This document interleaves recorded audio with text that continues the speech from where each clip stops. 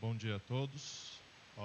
Alguns eu conheço por serem da USP, provavelmente já ouviram falar bastante do projeto que já foi apresentado no GEINF. Quem normalmente faria essa apresentação não está no Brasil, a gente está participando do Synergy essa semana. Como o projeto foi premiado como o maior projeto de inovação Citrix desse ano.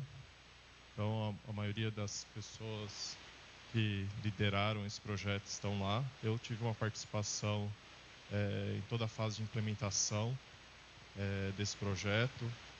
Nesse ano que eu vim para São Paulo para trabalhar junto com a equipe do Cirano, no departamento de informática da reitoria. Foi muito gratificante trabalhar nesse projeto, por ter muitos aspectos novos de inovação, implementação, com um ambiente bastante robusto. Bom, caso tenha alguma dúvida durante a apresentação, podem interromper. Se precisar ser um pouco mais direto, menos teórico, mais algum outro aspecto que seja de interesse.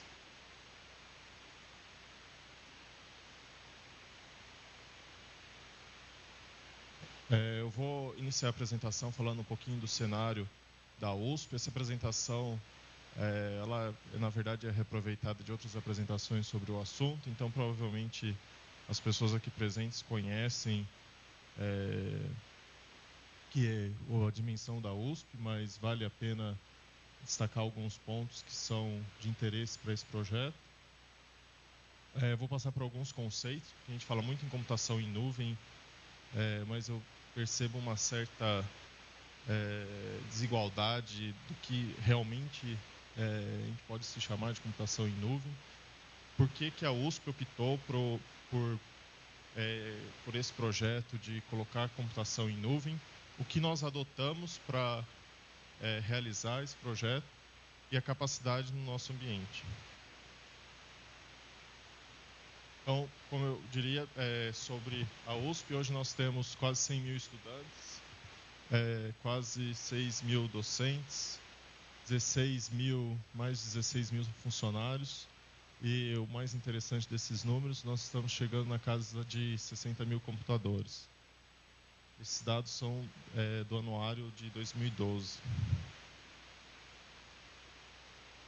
A USP hoje está espalhada por todo o estado de São Paulo, com 11 campos em 9 cidades. Então são 2 campos aqui em São Paulo, 2 em São Carlos. E aqui em São Paulo nós também temos algumas unidades fora do campus principal, como a Faculdade de Medicina, dentre outros. Essa parte eu vou passar bem direto, porque eu acho que não é das mais relevantes para a apresentação. Bom, agora, dessa parte que eu estava dizendo de conceituação de computação em nuvem. Afinal, a gente praticamente computação em nuvem virou um termo que a gente chama de modismo, que todo mundo está falando, que é trabalhar em nuvem, os dados estão na nuvem, e a gente buscou pegar realmente uma conceituação do que pode se definir como computação como nuvem. Então, o órgão que a gente utilizou para buscar essa conceituação é o órgão americano de padrões em tecnologia, o NIST. Então, esse texto é diretamente traduzido de um documento que eles tentam colocar em poucas páginas. É um documento de 7 páginas, incluindo capa, sobrecapa e tudo mais. O importante mesmo é 3 páginas. O que é realmente a computação em nuvem? Então, a computação em nuvem é um modelo que possibilita de maneira ubíqua, ou seja, onipresente e conveniente, o acesso sob demanda, via rede, internet, a um pool compartilhado de recursos computacionais configuráveis. Então, acesso à rede, servidores para computação, armazenamento, aplicativos e serviços. Outro fator importante, esse pool configurável, esse pool compartilhado deve ser pode ser rapidamente provisionado e liberado, com mínimo esforço de gerenciamento ou interação com o provedor de serviço. Então, o próximo slide também está relacionado a esse assunto. Eles elencaram, então, 5 características essenciais para que se tenha para se bem dizer, uma nuvem, 3 modelos de serviço e 4 modelos de implantação. Então, nesses aspectos, primeiro, as características essenciais. E uma coisa que muita gente... Um aspecto essencial, que o primeiro deles é um dos mais importantes, é o autoatendimento. Então, o processo de solicitação de uma máquina virtual, por exemplo, não deve envolver a cada solicitação nesse modelo que tenha interação com algum administrador. Então, o próprio usuário deve ser capaz de acessar o ambiente e solicitar os seus recursos, sejam eles uma nova rede, seja ele uma nova máquina virtual, seja ele um novo disco. É muito importante também o amplo acesso à rede, e essa eu acho que é a maior razão dessa apresentação estar numa apresentação como essa. Como o Lopes estava mencionando, eles tiveram um forte relacionamento com a gente na parte de prover uma infraestrutura, tanto no contrato com a infraestrutura física de allocation, quanto o acesso à rede, no convênio que a gente tem ANSP e Backbone USP. Outra característica essencial é ter uma quantidade de recursos em pool que possa ser, ou seja, alocada e desalocada para um conjunto de pessoas. Uma elasticidade rápida, então a pessoa pode precisar aumentar a quantidade de memória numa determinada máquina, de forma dinâmica e, novamente, sem interação com uma pessoa, um administrador do sistema. E outro aspecto importante é que esse serviço precisa ser mensurado, medido. Eu preciso saber em cada usuário, cada serviço, quanto que ele está consumindo de máquina, quanto que ele está consumindo de recursos, quanto que ele consome de throughput de rede. Essas são as 5 características principais determinadas pelo esse documento do NIST. Existem 3 modelos de serviço também, nesse aspecto de computação em nuvem. São eles o software como serviço, a plataforma como serviço e infraestrutura como serviço. Qual que é a diferença essencial entre esses modelos? A infraestrutura como serviço, você oferece computação, rede e storage como serviço, ou seja, você oferece a máquina virtual em si, os discos e a rede. A plataforma para ser instalado o que a pessoa desejar. E a plataforma como serviço já assume um cenário até um pouco mais antigo, como se fosse um web hosting, por exemplo. Você, na verdade, está entregando um SO instalado. Você está entregando um Linux com um Apache, que a pessoa vai e faz um SSH, por exemplo. É diferente de você entregar uma máquina virtual, que é o caso da infraestrutura como serviço. E software como serviço já é o caminho final. Você não entrega mais a máquina, nem o SO, a plataforma instalada, mas sim um serviço como que nós... o mais similar que a gente fala no departamento, a gente está entregando hoje SharePoint para as unidades também como serviço. Então, já é o ponto final de entrega mesmo. A gente já está entregando o software instalado, configurado, vinculado às configurações de banco de dados, a área disponível, as permissões, e o usuário simplesmente acessa esse software. São também 4 modelos de implementação. Então, nós temos a nuvem privada. A nuvem privada é quando a instituição, então, retomando, o que está em verde são as coisas que nós implementamos. Então, todas as 5 características essenciais são contempladas no nosso projeto. E assim como Nesse momento, o principal objetivo nosso é entregar IaaS, infraestrutura como serviço, ou seja, computação. Quando eu falo em infraestrutura como serviço, são o triângulo formado por 3 aspectos principais: computação, storage e rede. E os modelos de implementação. Então, como nós estamos implementando a nossa nuvem, ela é conhecida como uma nuvem privada. Hoje, fala-se muito das nuvens públicas. Os maiores exemplos que a gente tem hoje de nuvem pública para infraestrutura como serviço é o AWS da Amazon. Temos outras no Brasil, que já estão oferecendo esse tipo de serviço também. Uma nuvem comunitária é um tipo de nuvem privada compartilhada em mais de uma instituição. Seria uma possibilidade em relação ao crescimento desse projeto que saísse das barreiras da USP e abrangesse outros órgãos do governo estadual. E uma nuvem híbrida é o cenário que a instituição tem uma nuvem privada, tem recursos, um pool de recursos, mas esse pool de recursos, muitas vezes, por limitação de investimento, é pequeno. Então, quando existe uma demanda de crescimento naquela instituição, ele usa uma nuvem pública para expandir a sua capacidade.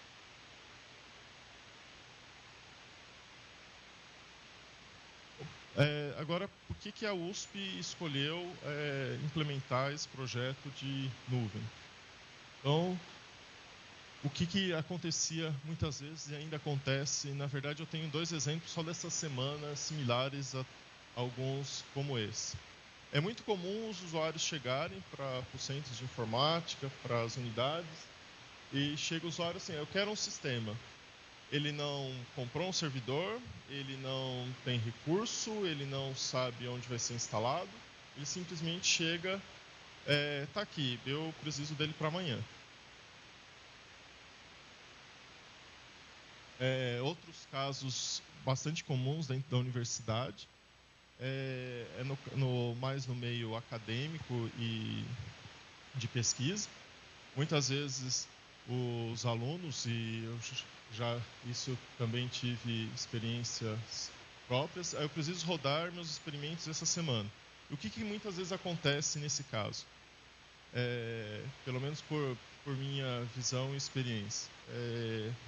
Um determinado laboratório, por exemplo, tem um pool de servidores para que sejam rodados os experimentos, mas chega um determinado mês, tem algum congresso importante naquela área específica daquele laboratório. O que acontece? Não existe recurso computacional naquele laboratório para rodar os experimentos de todos os alunos ao mesmo tempo. E mesmo que tiver, normalmente os congressos são sazonais. Então, em determinado mês, todos vão precisar usar fortemente os recursos de computação para rodar os seus experimentos, terminar no prazo, para poder submeter o seu artigo. Perder uma submissão de artigo pode ser pouco crítico para um determinado cenário que logo virá um outro prazo, mas para um aluno que precisa terminar o seu doutorado, seu mestrado, perder uma submissão por conta de não conseguir terminar de executar as suas tarefas pode ser bastante crítico.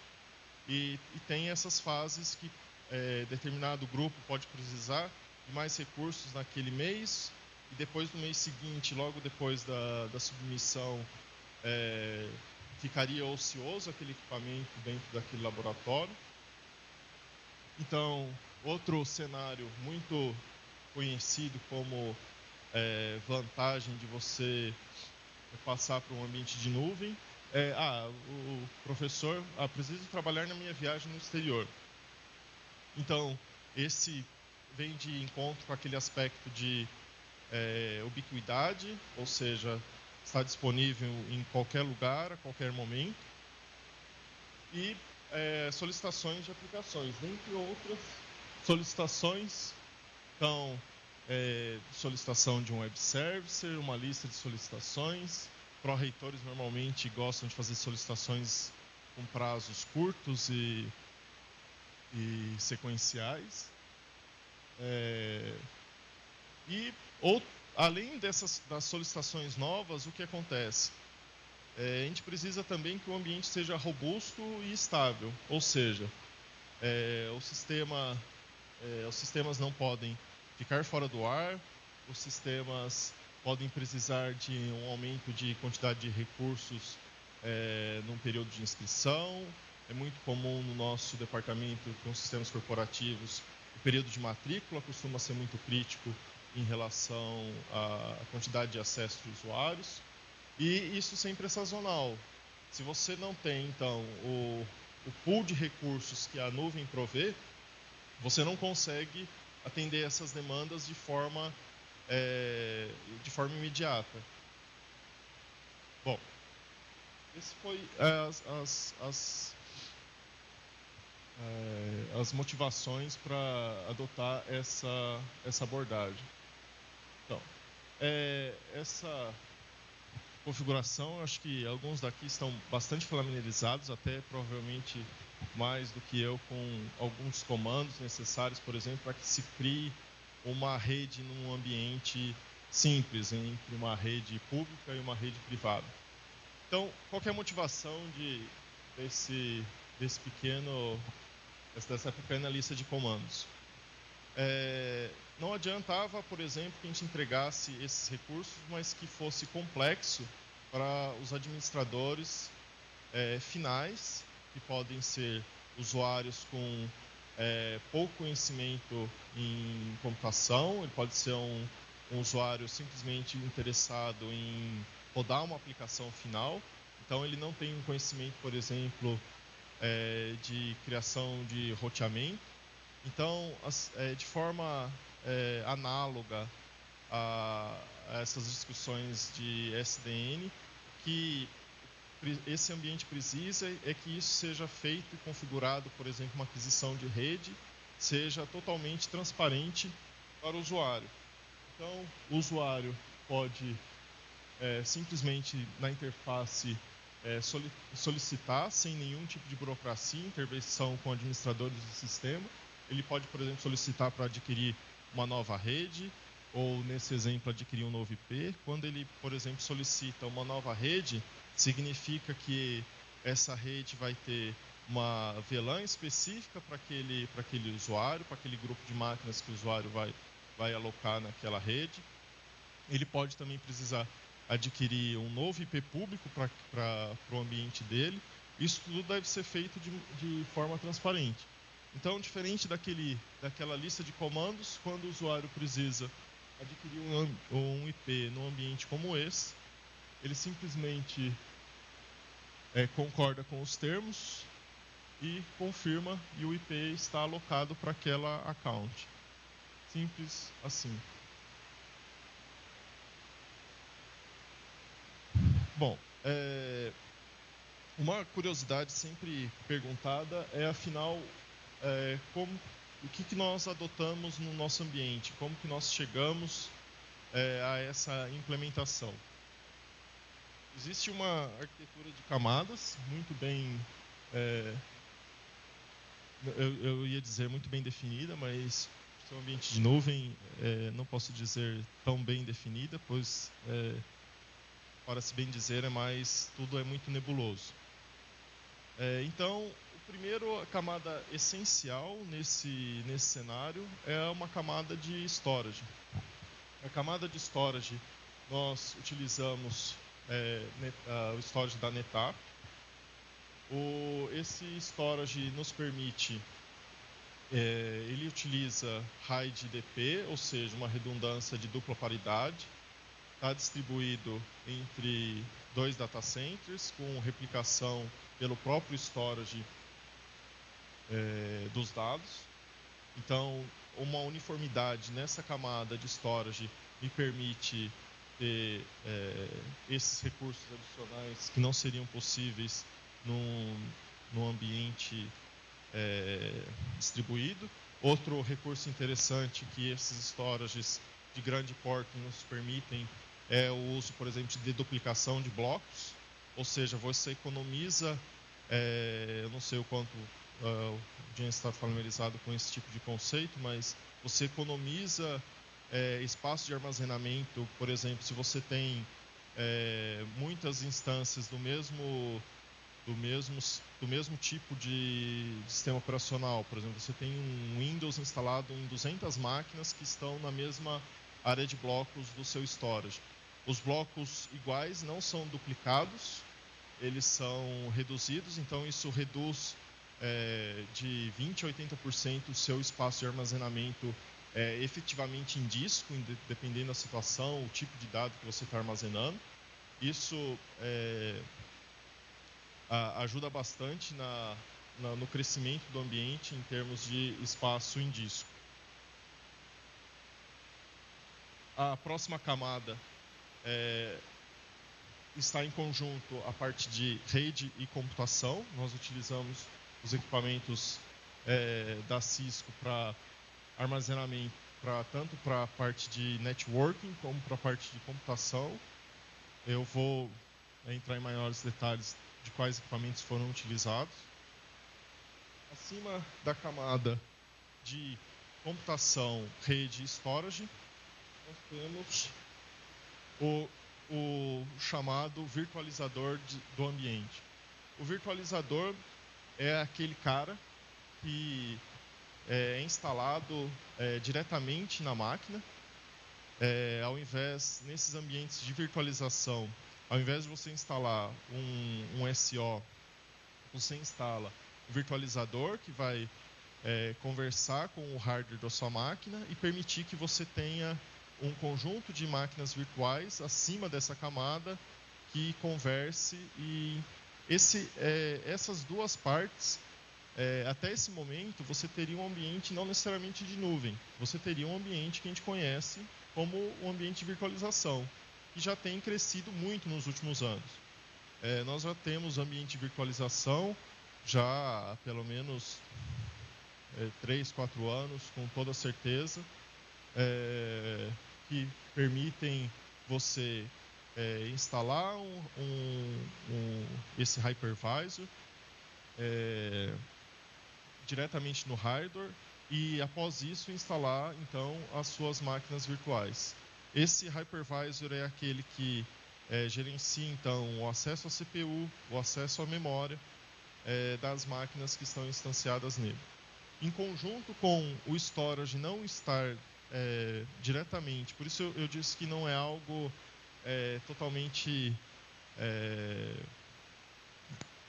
horizontal, pois o hypervisor, ao mesmo tempo que ele acessa o recurso de computação, o storage está no ambiente à parte. O que isso permite para um ambiente de virtualização?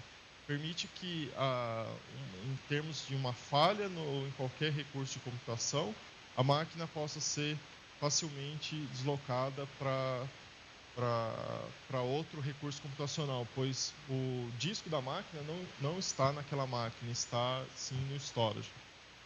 Bom, como eu ressaltei, até esse momento, a gente teria, até com essas 3 camadas, a gente teria um ambiente de virtualização tradicional. Como a partir daí eu crio, então, um ambiente de nuvem, de computação em nuvem, propriamente dito. Eu tenho, então, que ter, como eu disse, o usuário precisa poder criar as máquinas sem interferência. O serviço precisa ser medido. Então, eu tenho uma camada final, que é um produto da Citrix, chamado Cloud Portal, que faz a interface com o usuário de permissões, de billing, de contagem, e também a interface para que o usuário solicite os seus recursos, e a gente também pode dizer quem está solicitando cada um dos recursos. Paralelo a isso, nós temos então o Cloud Platform. O Cloud Platform também é um produto Citrix, mas ele é a versão de suporte proprietária da Citrix, mas ele é baseado no jamais conhecido OpenStack. O Cloud Platform, na verdade, nesse ambiente, ele é o orquestrador do ambiente. É ele que cria efetivamente as máquinas em cima dos hypervisors. E um aspecto muito interessante desse orquestrador, que mesmo por ele ser agnóstico a hypervisor.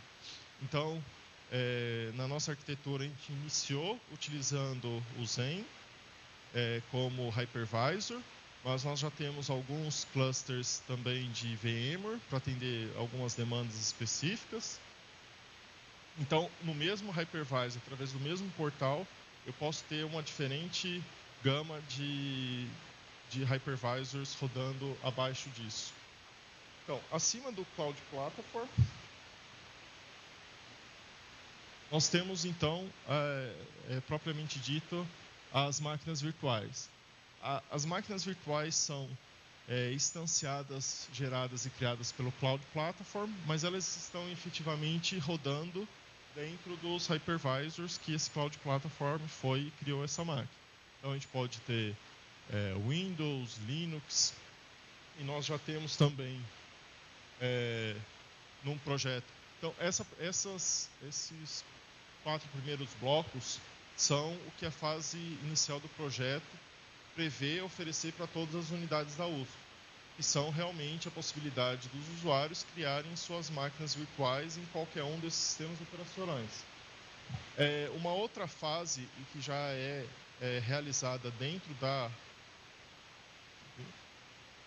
da reitoria, é a parte de Zen Desktop e de ZenApp. Eu não vou entrar em detalhe porque o meu tempo já vai se esgotar. Além disso, essa plataforma de serviços, aí os 2 últimos blocos seriam possibilidades futuras. Nós já estamos em discussão com o Citrix e Cisco para que, além da virtualização de máquinas, virtualizações de desktops e virtualizações de aplicativos, a gente possa ter virtualizações de elementos de rede, como a virtualização de um firewall ou mesmo a virtualização de um storage.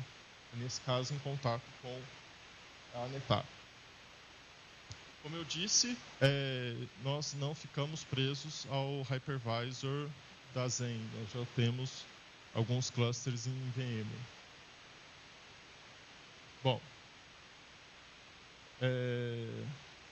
o que nós temos, como eu disse, como que esse ambiente está interconectado. Nós estamos trabalhando nesse ambiente em 2 data centers, um na cidade universitária e um em Barueri, o data center Terremark. Nós temos tudo, eu sempre digo que assim, nesse tipo de ambiente, nada é é sempre no mínimo duplicado.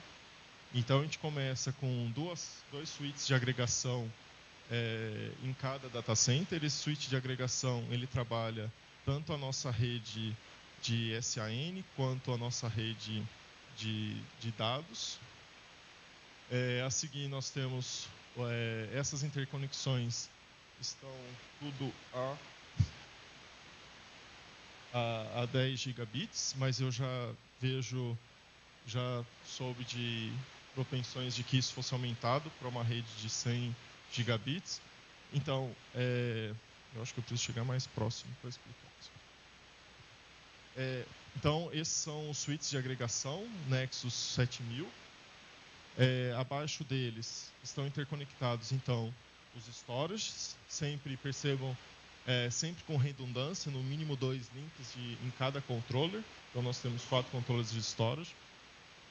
Para interconexão da parte de computação, Blades, novamente Cisco. Então, aqui são os Fabrics Interconnects. Nós temos também o ASA para Firewall, que está sendo colocado exatamente essa semana no ambiente. E para a parte de MPLS vai ser utilizado o ACR da Cisco. Está acertada a sigla. ACR.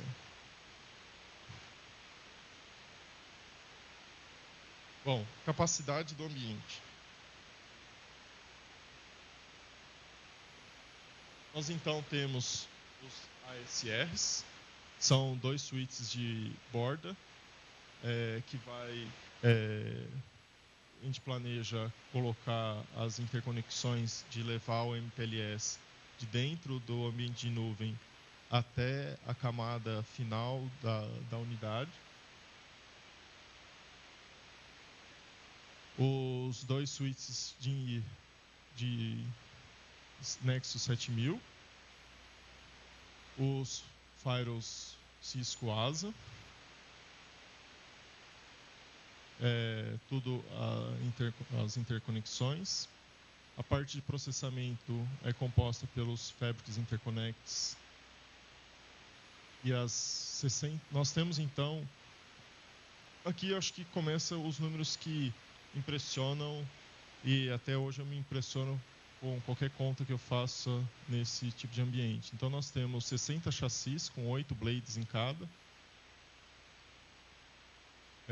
Cada chassi, cada lâmina dessa possui, então no total são 48 servidores nesse ambiente, com 2 CPUs de 10 core e 512 GB de memória RAM. Então eu vou fazer uma soma final depois no gráfico.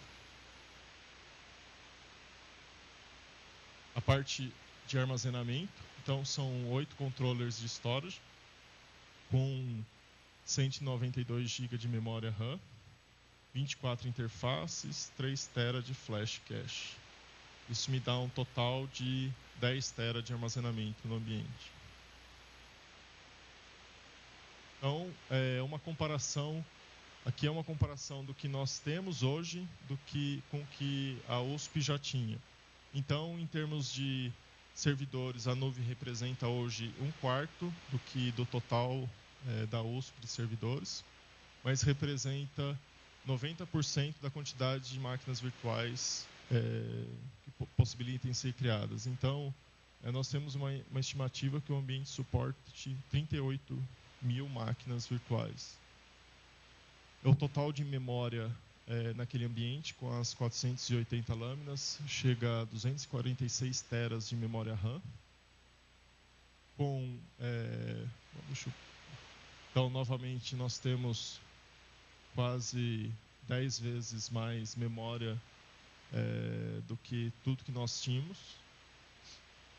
A quantidade de CPU já não é aumentada. Por que a quantidade de CPU ela não é proporcionalmente aumentada?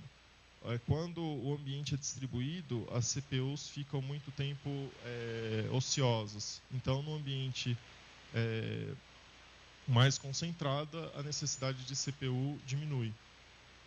Então, em número de cores de processamento, nós temos em torno de 40% do total hoje da USP.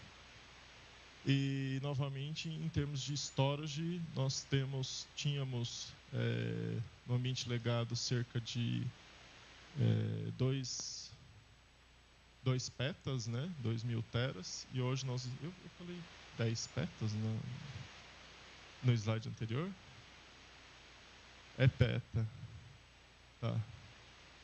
Agora que eu vi aqui, eu falei, se eu falar 2 teras no ambiente legado, vão falar que eu estou maluco, né? 2 petas e o atual são 10 petas. Então são 10.000 teras. Estou diminuindo o tamanho do ambiente para não... e mesmo assim, com todo esse aumento, o consumo nosso, por ser toda essa arquitetura de blades e em si, é menor do que o consumo que a gente tem para o restante do ambiente. Então a gente tem 90% de possibilidade de máquinas virtuais, mas 25% do consumo de energia. Bom, eu provavelmente não tenho tempo de abrir o ambiente. Se alguém tiver curiosidade, eu pretendia pelo menos mostrar o dashboard, mas pode ser.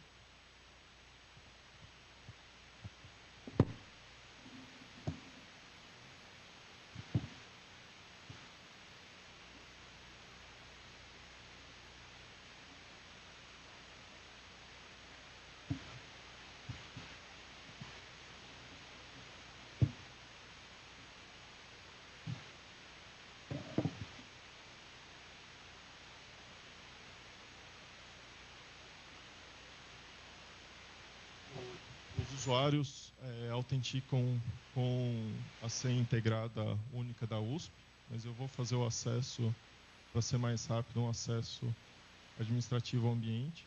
Então, o dashboard principal, ele é composto, já me mostra as informações de como está aquele ambiente, em termos de quantidade de IP públicos disponíveis, quantidade de memória alocada, conforme a gente vai alocando os clusters dentro do ambiente. Eu vou abrir uma account. Estou vendo bastante gente do CC. Vamos ver qual account eu vou abrir. Vou abrir a account nossa, é a única account que está em produção, que é o nosso ambiente corporativo.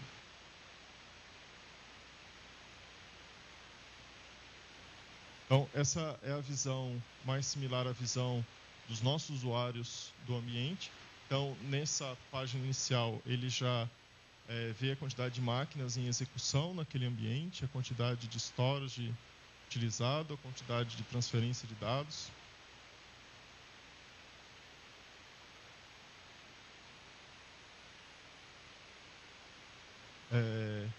Nessa parte, os recursos, então, que a pessoa pode acessar. Então, nós temos recursos, as máquinas virtuais, os volumes, snapshots, endereços IP, templates ou modelos, upload de ISOs, a parte de network, que eu tinha mencionado também, que está associado a uma determinada VLAN no meu ambiente, a um determinado range de rede. E eu vou mostrar apenas o catálogo de criação de máquinas aqui. Então, quando o usuário deseja, por exemplo, criar uma máquina nesse ambiente, isso como um usuário realmente final, não, ele simplesmente escolhe então o tipo de máquina, quantidade de CPU, quantidade de memória, escolhe dentre alguns templates pré-definidos, ou então os templates que ele mesmo tenha feito upload no sistema, e configura e inicia essa máquina. Eu não vou me estender muito nesse aspecto, mas se alguém tiver para deixar algum espaço para dúvidas ainda. Muito obrigado.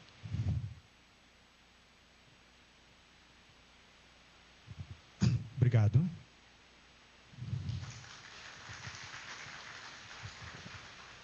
Bom, o professor Lopes ele teve que dar uma saidinha, aí me deixou de novo responsável para controlar o tempo, né? Eu acho que daria para uma perguntinha rápida, tá? E aí vamos encerrar.